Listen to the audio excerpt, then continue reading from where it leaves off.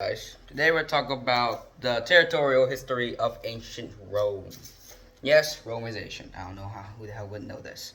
Now, of course, Rome starts in tiny little city in Italy. All right, where Rome is, which is now the capital of Italy.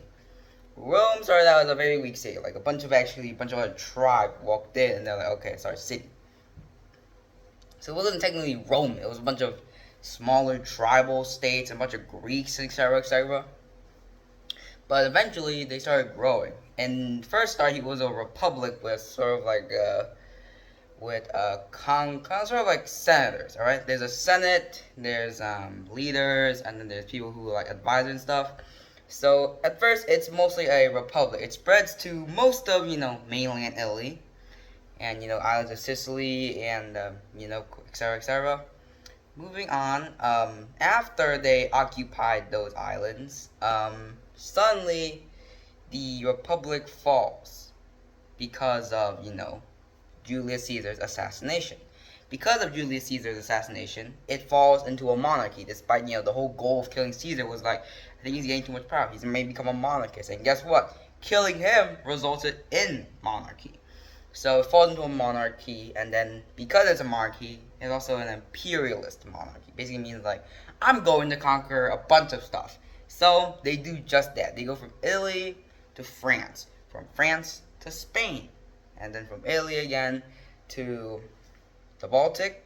No. I mean not the Baltics. The down to basically what's was formerly the Yugoslavia territory, and then goes to Greece, then the Turks, then the Jerusalems, Egypt, all the way to what is now the very top of Morocco, and also Spain. So it basically controls the entrance to the Mediterranean Peninsula, Mediterranean Sea, and it also controlled the Nile River. And then from France, it actually controlled England too.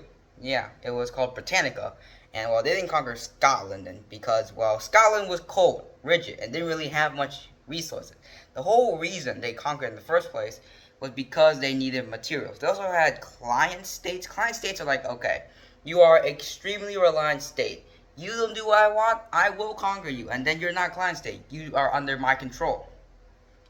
Mostly Germanic, small Germanic tribe, and a couple of what's now the Crimean Peninsula and parts of Georgia, Azerbaijan, and Armenia, which is under Russia. From then on, it kept that for a couple hundred years. But then, because of destabilization and the population going down, many reasons. Lead poisoning, because they use lead as plates. Population decreases, because, disease and widespread warfare. And then they were relying too much on mercenaries who fought not for loyalty, but for money. And the money was already going up because of inflation. And also, because they relied heavily on North Africa for fertile land, even though they had a lot of fertile land to grow on, and the moment they stopped, it was too late for them to actually grow. So the empire started losing land from mercenaries controlling them, and in a desperate attempt, they split the empire in half to monitor it easier. That failed. West Roman Empire fell, right, including Rome, which kind of sucked. All right, but the Roman Pope was still there, so at least he still had some sort of like Christian authority.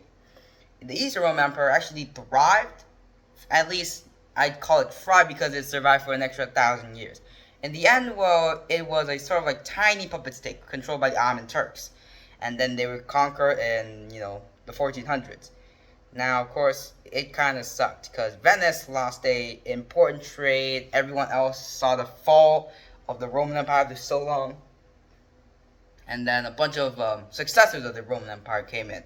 For example, Russia, France, Britain, the Ottoman Turks, and the other tribes, which kind of suck. However, because it lasted for 1,000 years more, its influence is widespread in both, from all the way from Ankara to Greece, basically Turkey to Greece. Even though they don't like each other, Byzantine influence was everywhere, and also invented a lot of good stuff. Right? They were also influenced in mathematics, in science, literature, and also philosophy, which is wisdom. Right? Socrates, Plato, etc.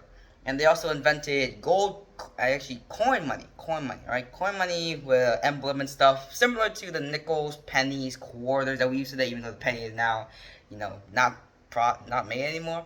So in the end, ancient Rome was not exactly the best, empire in history. It was terrible, lots of bad things happened under it. But in the end, it was still recognized as one of the greatest empires in history because it literally controlled the Mediterranean Sea. Thanks for listening. Goodbye. See you next time.